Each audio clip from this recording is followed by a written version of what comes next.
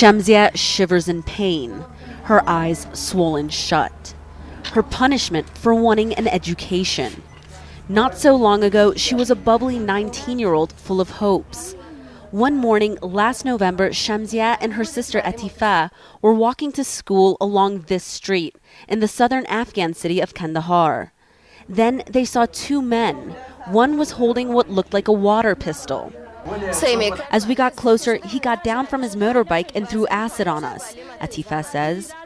Atifa was burned so badly that her red scarf melted into her hair. Other girls and teachers were also attacked that morning. So frightened were parents that many students were kept at home for weeks afterwards.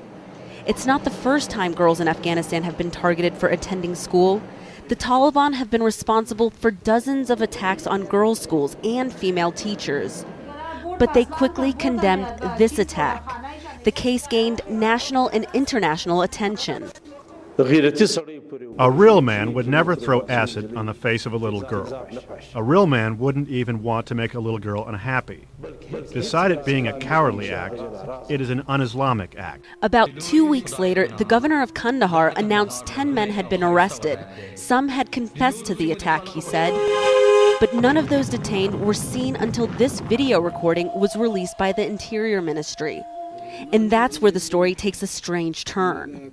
One of the men, called Jalil, says he was approached by a major in the Pakistani intelligence service. Looking frightened under interrogation, Jalil says he was offered the equivalent of $2,000 for every girl he attacked, and that he was paid at the Pakistani consulate in Kandahar. The video has been played on Afghan television.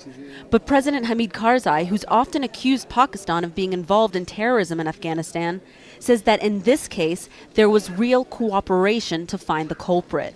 For the first time, we had a very sincere and brotherly approach to the issue, which is of satisfaction to us, and I hope we can succeed together. So we can say that it wasn't paid by the Pakistani consulate?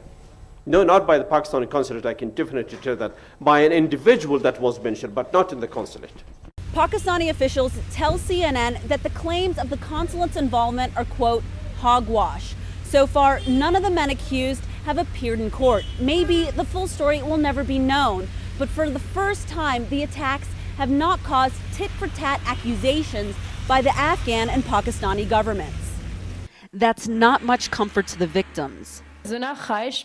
Just as they threw acid on my face, she says, throw it in their eyes, in their mouths, do this in front of me. Despite the pain and terror of that November morning, Shamsia is determined to stay at school. Why wouldn't I want to come to school, Shamsia says.